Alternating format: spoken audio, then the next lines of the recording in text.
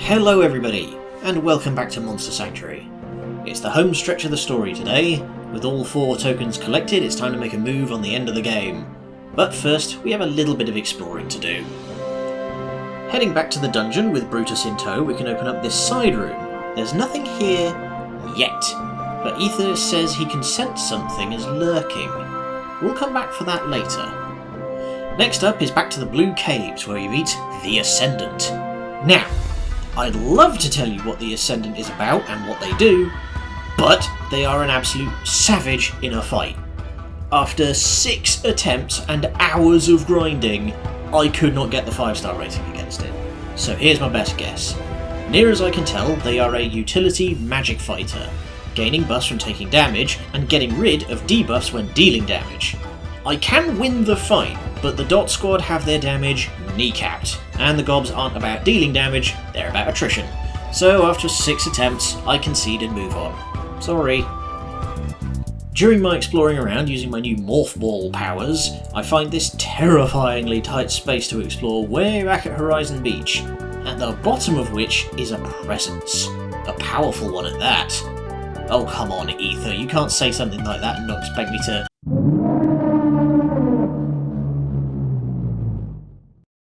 Terribly sorry, didn't mean to intrude, I was just leaving, bye!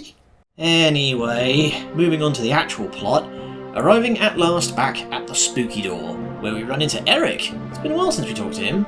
Apparently he's been watching our career with great interest via Mad Eyes. Not gonna lie mate, that's a bit weird. He wants to challenge us to a duel to make sure that we're up to the challenge of what lies beyond. I don't know why, but this is the one duel that doesn't feel like some sort of imposition. Eric is rocking a dragon team with some pretty solid synergies.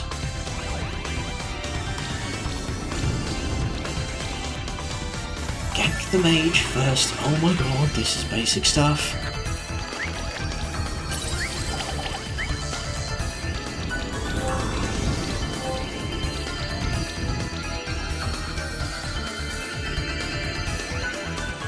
Turns out the Drakenov is the pin that holds his whole team together, as without it to give helping hand, Eric quickly falls apart.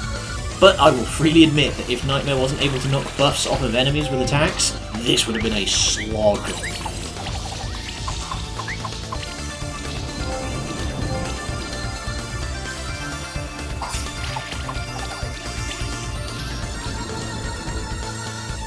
Impressed with our power, Eric gives us the final token and wishes us good luck as we head below.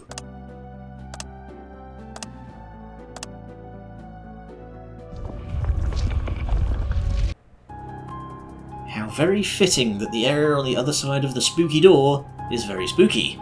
This lime green fog that hangs over everything is giving me the heebie-jeebies. This is the point where I decide to finally retire Dante. Neutral damage just isn't cutting it, we need fire. So, I promote Polterofen to the squad and get them kitted out. Polterofen has a bit of a strange old build. They don't really need anything to beef up their base stats, as the meat of their damage is going to come from Volatile Shield. Firestorm to apply the burn, gain shield via Burning Desire, then pay it off with Cold Toss or Spark Shower. Spicy. Being down here is reactivating some dusty old neurons for Aether. And the gang arrives.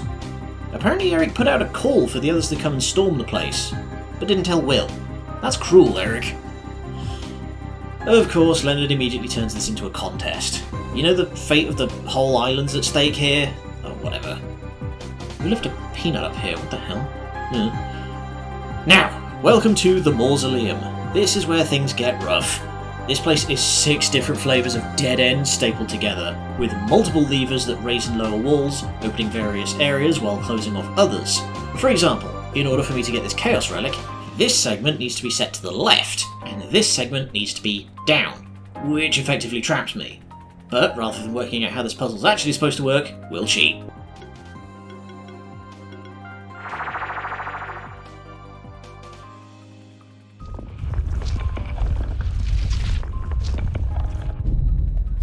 Yeah, alright, fair.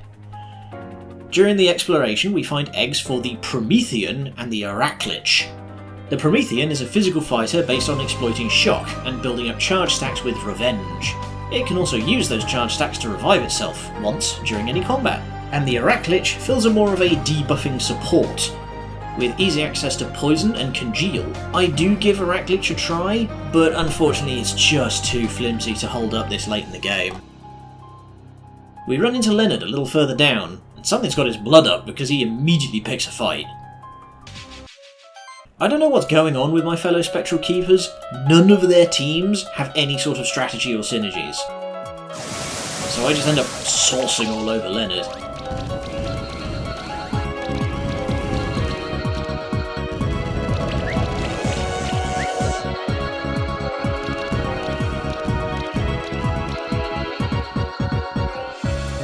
Not that it humbles the man any, good God, he's hopeless. Not much further down, a few more fights brings the gang up to level 40, unlocking the use of the ultimate abilities. These things hit hard, but come with 3 turn cooldowns each, and only 1 can be used in a turn.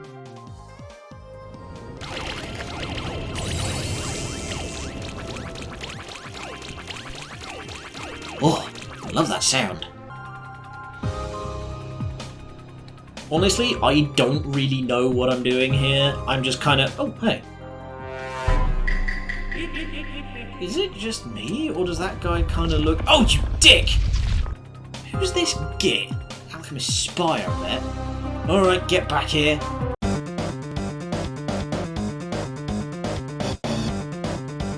Hey, I want a word with you.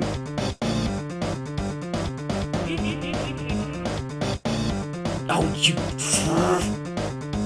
Hey! Sit still! I'll not built for all this running around.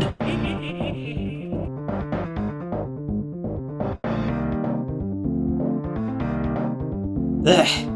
Pull the levers. Chase it back the other way.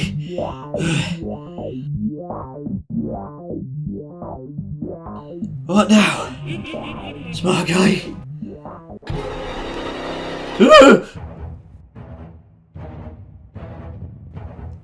Meet the Spinner. This sus-looking guy is a multi-element fighter with one key thing that's special: the unique ability Counterfeit, which allows it to use whatever ability was just used against it. No exceptions. Ow! Overall, pretty strong, but the blanket weakness to magic damage is pretty brutal. And unfortunately it doesn't really have any synergies with the rest of the team that would help it fit in besides Toxin. Still, cool design and lore worthy of a survival horror game. Check it. Spinners are among the most mysterious monsters of the Sanctuary.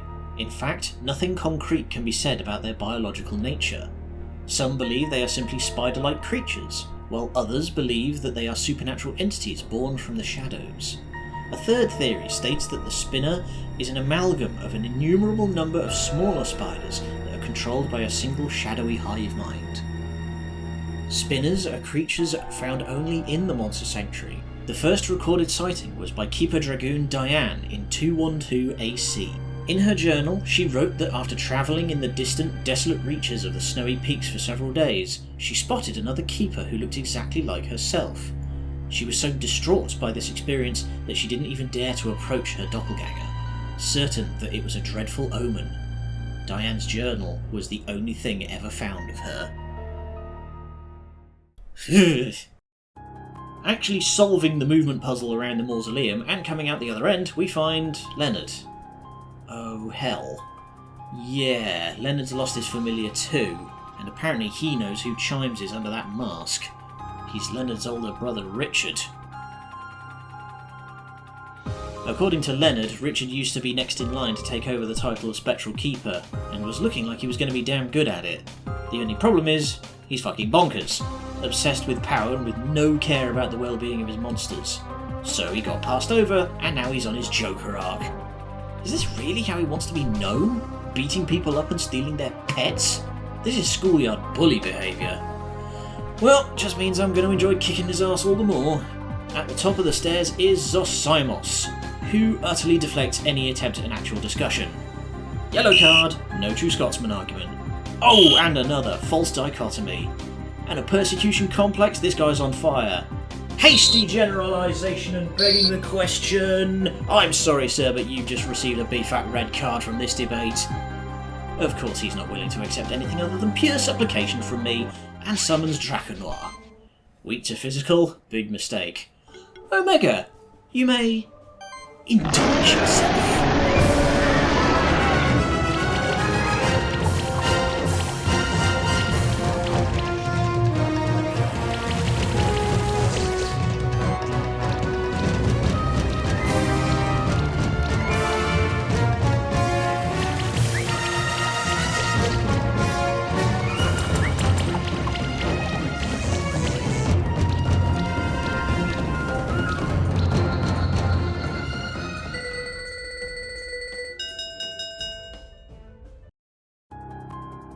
Zosimos doesn't stick around after that. I'm happy to let him go this time. Considering his level of tactics, he can only harm their cause.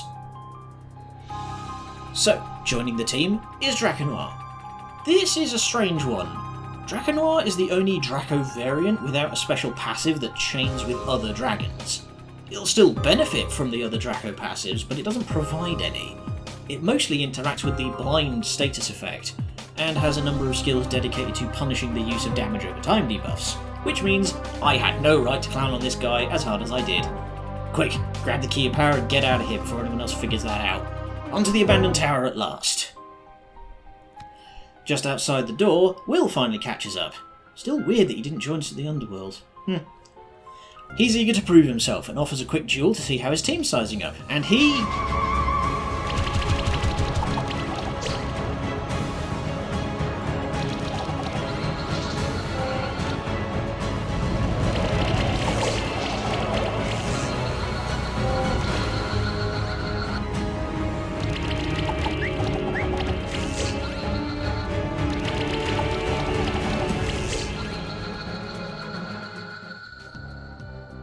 Will? Making a second attempt and remembering to actually focus down single targets this time, especially the ones with access to Firestorm, it goes a lot better. But goddamn, props to Will for turning out a real powerhouse of a team.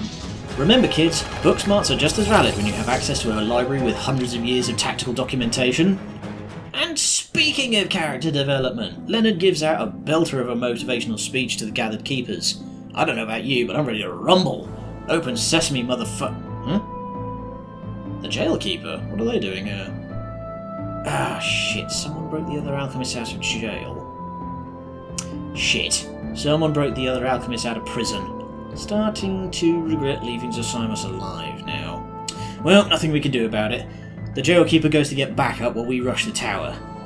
It's a brutal business getting through here. The whole place is full of champion-grade monsters, with a lot of them being even stronger than when we faced them the first time. But we beat our way through regardless, earning an egg for a Thanatos and a Sutsune. Thanatos is a pretty heavy damage buffer, able to give out multi-glory, multi-might, and multi-sorcery at the same time. It can theoretically be a hybrid damage dealer, but its very low base defense makes it kind of a glass cannon.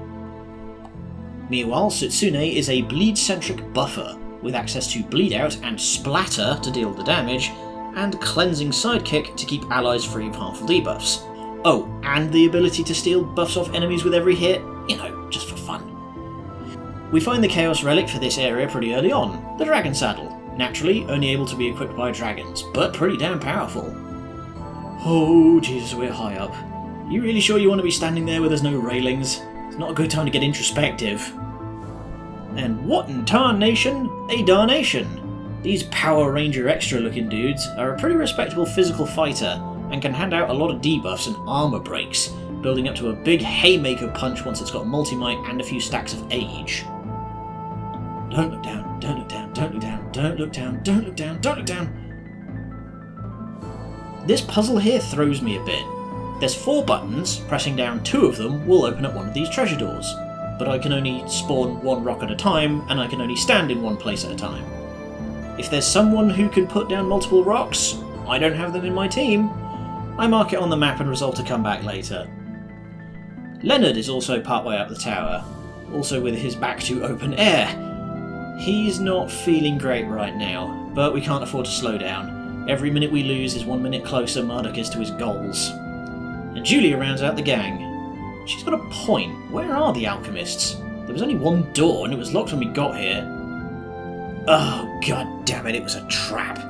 Marduk was never in here. Of course he wasn't. Ugh!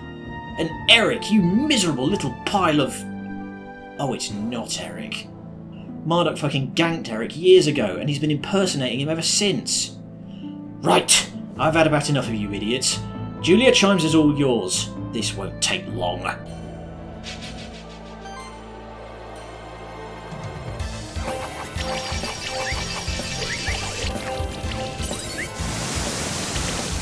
These two goons barely have any sort of strategy. It's a feeble attempt to replicate my own debuff team, and only a lucky firestorm from their Salahammer gets them any ground, which I quickly take back.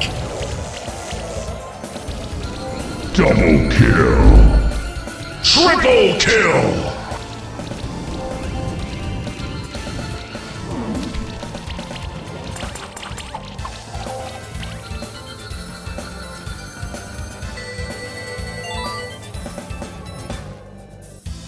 Backup arrives just in time to cart off the idiot squad. And Julia lost! Do I have to do everything around here myself? Naturally, Chimes has bailed the moment he has an advantage, but there's only one way he could be going, and the higher he runs up the tower, the harder his back is against the wall. Zosimos is back again, and he's apparently completely missed the common thread in every one of his failures. You chose to leave the Monster Sanctuary. You failed to find any purpose in the old world. You chose to return.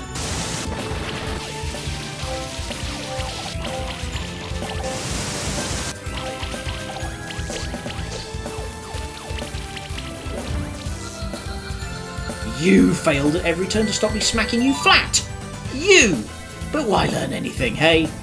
Now sit here. If you're not still there when I come back in an hour, I'll feed you to the zombie pig next time I see you. Got it? Chimes is only a few floors higher, and oh, for fuck's sake, let's drop the philosophical posturing, shall we? We both know there's no higher ideals in this pursuit. Your relentless egotism brought you here. I counted on it. There's no shame in it, Chimes. Revenge is motivation enough. At least it's honest. Hate the keepers, but do it honestly. And you know, I typically don't go in for the power of friendship as being a thing. But look what's going on, Chimes. What kind of general doesn't command the loyalty of his troops? Look at you. You're bouncing off me and you're not even leaving a scratch. There's no strategy, there's no cohesion. Everyone under your command is holding back, and it's obvious to everyone but you why that is. Of course, Chimes can't just admit when he's beaten. So some kind of unseen power draws the other spectral familiars away before we can reunite them with their true owners.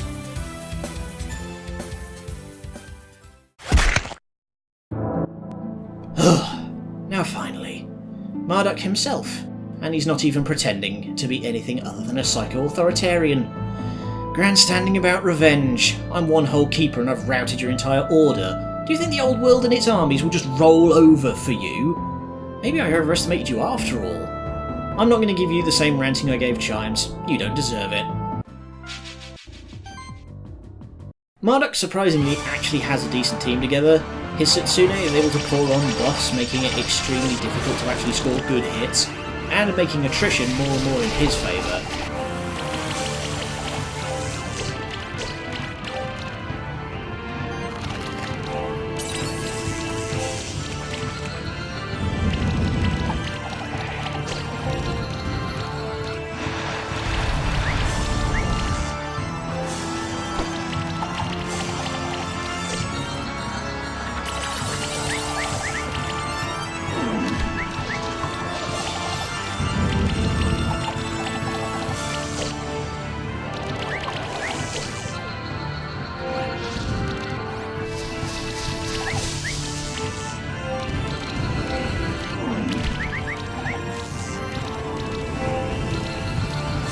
It comes pretty close to the wire, and mostly turns into a slugging match, but Marduk can't stand up to us in the end.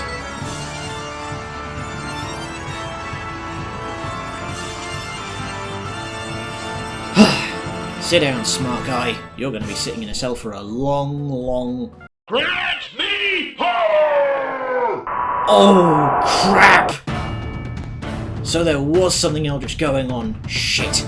Alright, rally up guys, we are not done yet. Don't be fooled by that weak to all damage icon up there. This guy is no joke.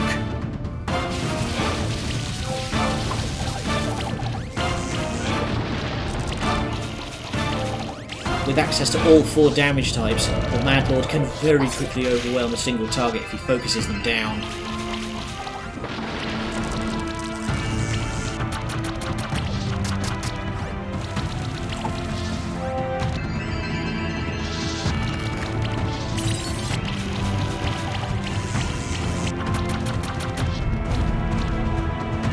And Emps just vanishes. There's no death animation, no choice for reinforcements, he's just gone. I don't know what's going on, but I don't want to find out. Keep hitting it! Oh, come on, why won't you die? Okay, cavalry's here. Everyone pour it on while it's weak.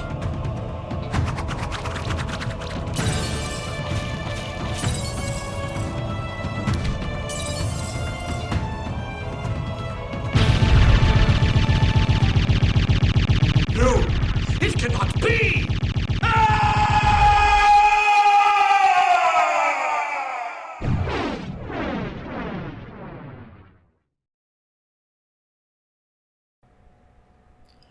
Oh, Jesus, my hands are shaking. Nice work, guys. Marduk, like any good classical villain, explains all of his plans to us. Whatever the Mad Lord was, it possessed Marduk during a moment of emotional weakness and spent the last 300 years guiding him around like some sort of messed up puppet. Cool motive, mate, but it doesn't bring back all the people you murdered to get here.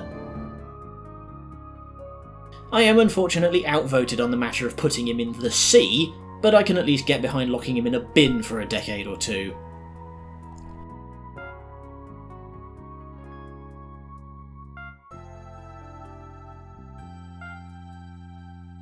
And so, the Sanctuary is saved. And I've had a blast doing it. This game's been an absolute delight from start to finish. There's a very obvious kind of love that's been put into this project, from the visuals to the music. It's exactly what I want out of a Pokemon game.